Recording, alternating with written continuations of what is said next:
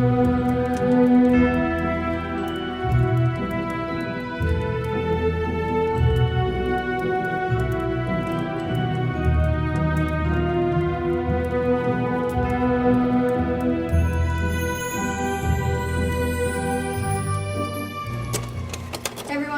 today I'm going to be talking about Ilvermorny.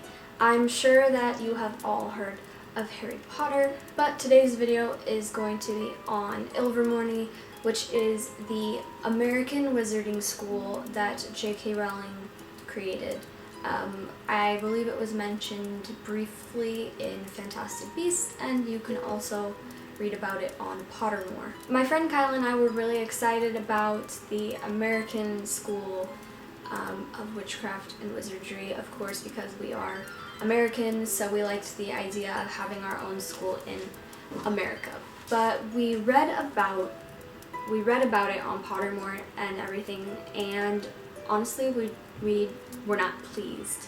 We just didn't really like the concept of the founders and how the school was created, and we didn't like the houses, and so we just for fun decided to completely reimagine it and recreate it. This is kind of like a headcanon fan fiction version of Ilvermorny. We put so many details into our version of Ilvermorny, so I'm not going to discuss them all in this video. Things like the backstory of the founders and stuff like that I'm not going to get into, but if you guys are interested, Kaila and I can sit down and film a video together talking about all the details that we don't cover in this video and answering questions and stuff like that.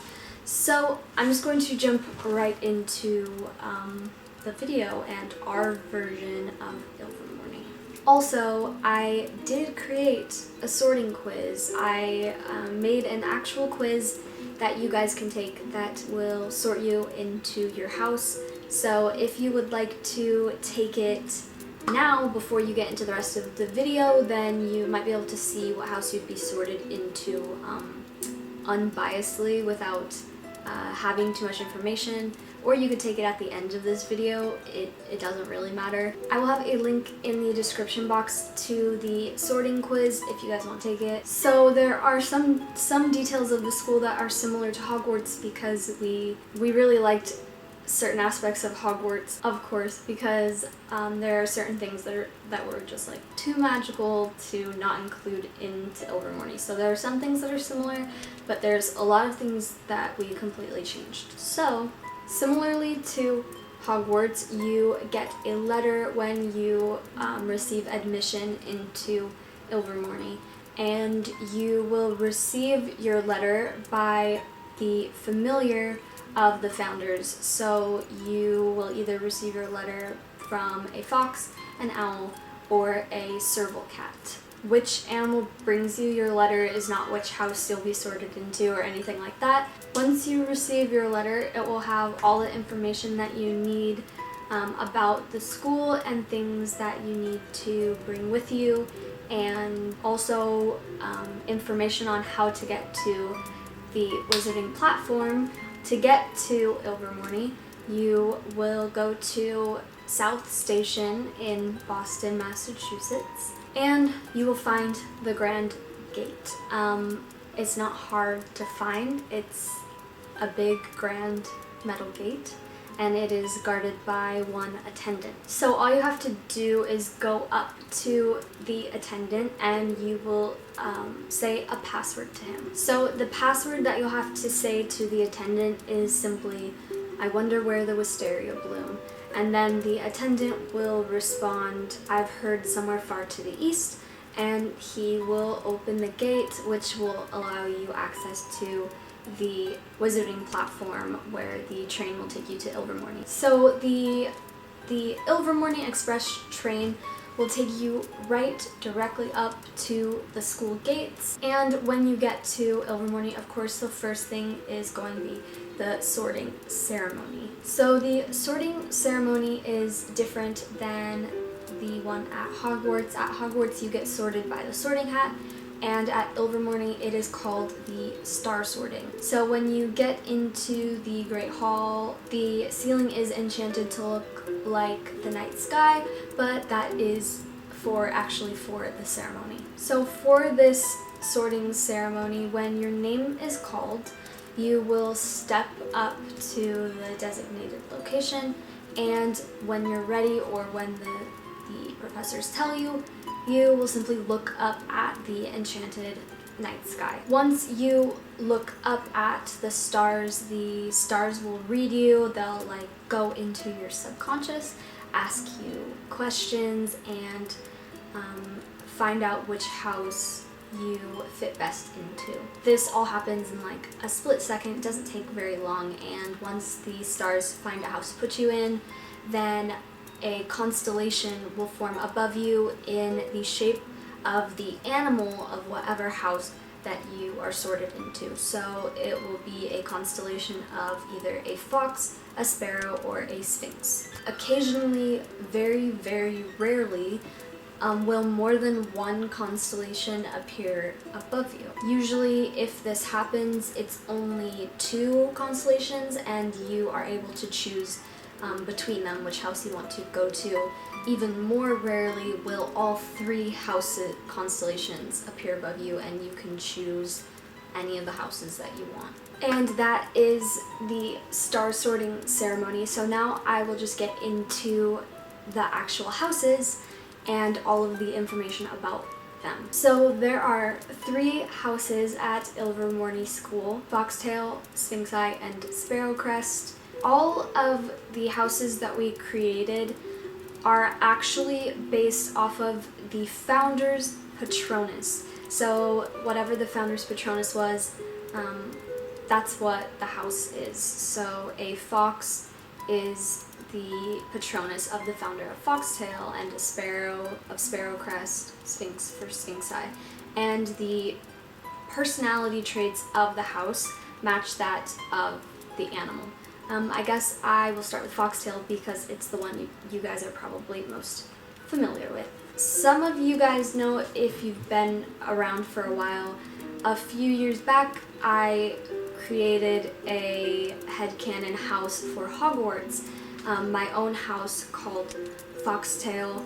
This is the same house, but we just, moved it over to Ilvermorny, and it fits a lot better here actually. The details of Foxtail are still pretty similar to the details of when I first created the house, but there are some things that have changed. So the founder of Foxtail is a girl named Wisteria. The house colors for Foxtail are bronze, brown, and burnt orange. The personality traits for this house are self-contained, artful, whimsical, and decisive. The classes that this house kind of excels or specializes in is potions, ancient runes, and astronomy. The flower for this house, which you will see in the crest, is a wisteria, and it means creative exploration and inner expansion.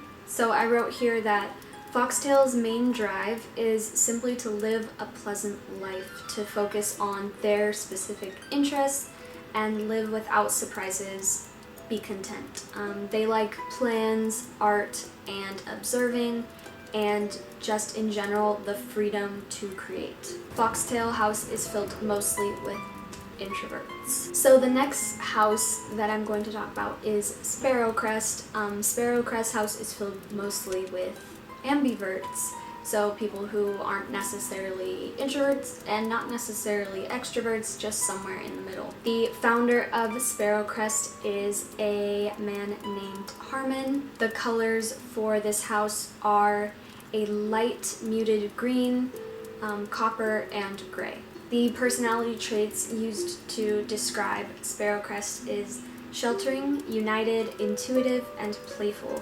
The classes that they excel and specialize in are herbology, care of magical creatures, and divination. The flower for this house, as you will see in the crest, is chamomile, and it means to be calm, healing, and patient. So for this one we wrote that Sparrowcrest's main drive is preservation and living in harmony. They're drawn to history and are very wise and intuitive, but also very playful and generous, although they aren't immediately trusting. And the last house at Ilvermorny that we created is Sphinxi, and this is a house filled mostly with extroverts. The founder of this house is a girl named Mallory Black, not related to Sirius Black. The colors are black, gold, and dark teal, and the personality traits associated with this house are inspirited, unafraid, loyal, and quick-witted. The classes that they specialize in are hexes and jinxes, transfiguration, and a class that we actually created called heuristics. The flower for Sphinxi, the one that you will see on the crest, is an anemone, and it means persistence and perseverance. We decided that Sphinxi's main drive is living a fulfilling life, experiencing everything that they can, and they want to learn about even the abstract wonders of the world, and they want to witness it, not just read about it in a book. They want to experience as much as they can. Also, heuristics class is the practice of magic without wands, alternate ways of casting, whether that be by vocal chants and spells, or hand movements and gestures, or through the drawing of symbols. It's just any way to cast magic when you don't have a wand. So now I guess I will get into the common rooms, the dorms, and just the school in general. We decided that the layout of the school would look similar to this, and the exterior of the school would look like a classic Gothic castle. Where you see this building area right here, this is where the dorms would be. The dorms for the houses are actually not connected to the actual school itself. They're in separate buildings. So the exterior of the dorms is styled similarly to this. We wanted it to be very quaint and cozy, but still have the castle vibes. Of course, the interior of each dorm is styled differently, as well as how you even get into the dorms. So I will first start out with Foxtail, and this is the same or similar to the concept that I created when I first mentioned Foxtail on how to enter, except before, when I had created Foxtail to be in Hogwarts, you had to recite this passage to a picture, and now it is slightly different. So when you walk up to the dorm for Foxtail House, there will be 2 fox statues that will state, "Welcome to that country whose people are autumn people, thinking only autumn thoughts." And you must whisper back, "Whose people passing at night on empty walks sound like rain." And then the dorm will open to you, and this is one of my favorite quotes from one of my favorite authors, Ray Bradbury. So the interior of Foxtail is very cozy, but very rustic and minimal. Lots of white and brown with lots of details in burnt orange and bronze. The rooms are styled 2 to a room, but the seniors each get their own room. Here is a little mood board of what the interior of Foxtail's dormitory would look like. The 2-person rooms are these really cute and rustic bunk beds, and the common room itself would look something like this. There's lots of books, lots of art supplies, journaling supplies,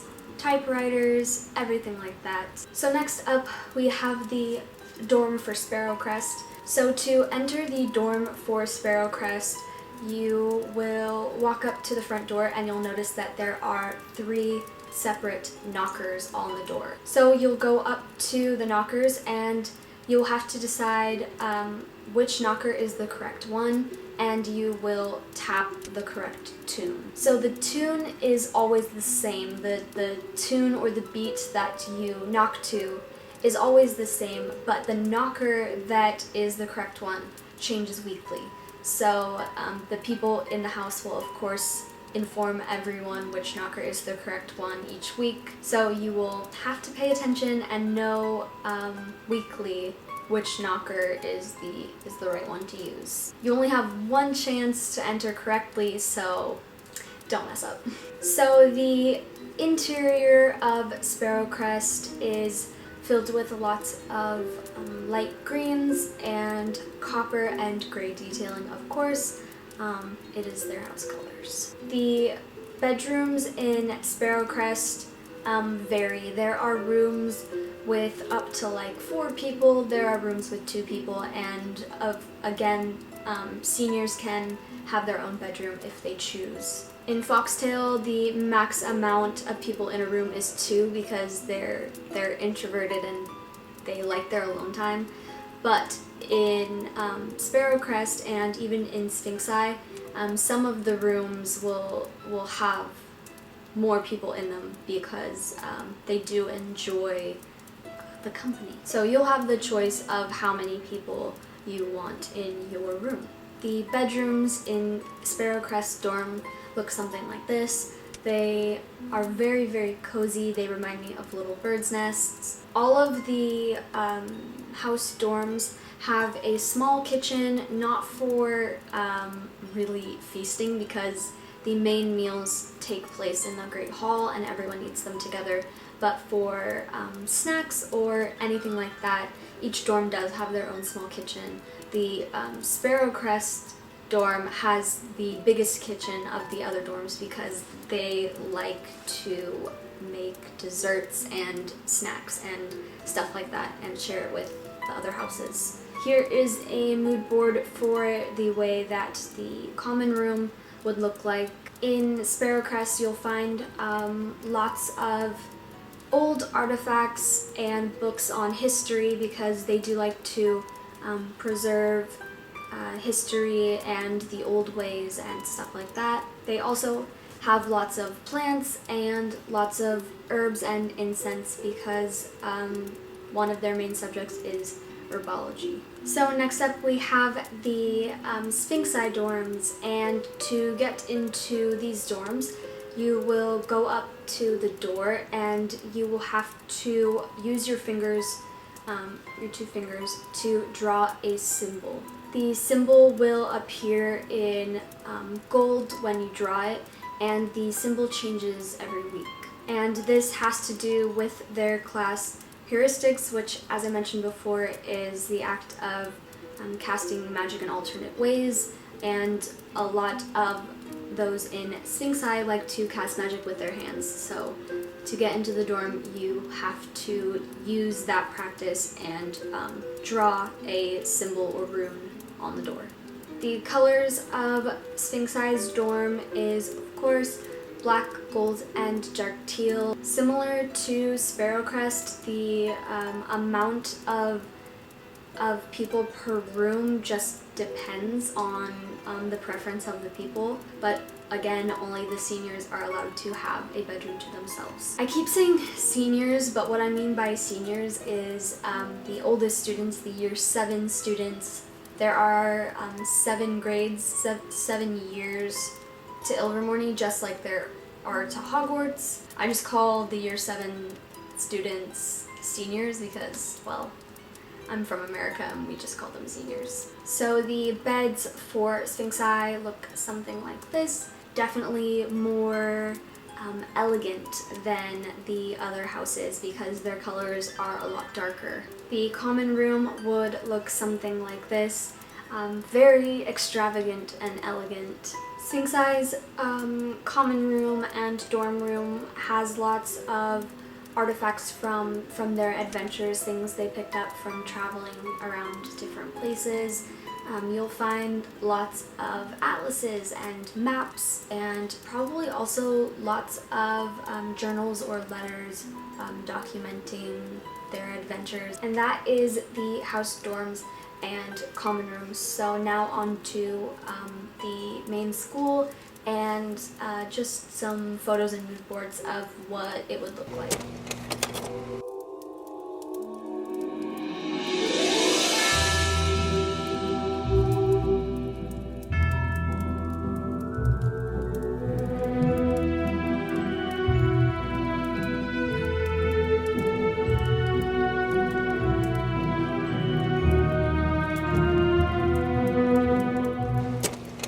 So unlike Hogwarts, which is a very competitive school, you compete against other houses for house points.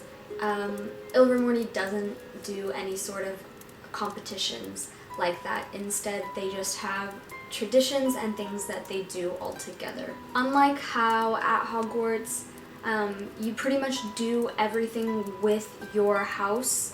At Ilvermorny, you pretty much do everything together, like as a school. Another thing that Ilvermorny does that is completely different from Hogwarts is there is no prefect or head boy or head girl. So at Ilvermorny, there's this thing called the Witch's Apprentice system, and it is kind of like a big sister, little sister system. So this is where a year 7 student is the witch or wizard in charge of a first year student. They're pretty much just responsible for guiding and helping them during their first year. They'll exchange gifts to each other and do little outings together, and it's just really cute and a nice way to make sure that the first years have someone that they can rely on since they're new to the school. And yeah, I think that that's pretty much everything that I'm going to mention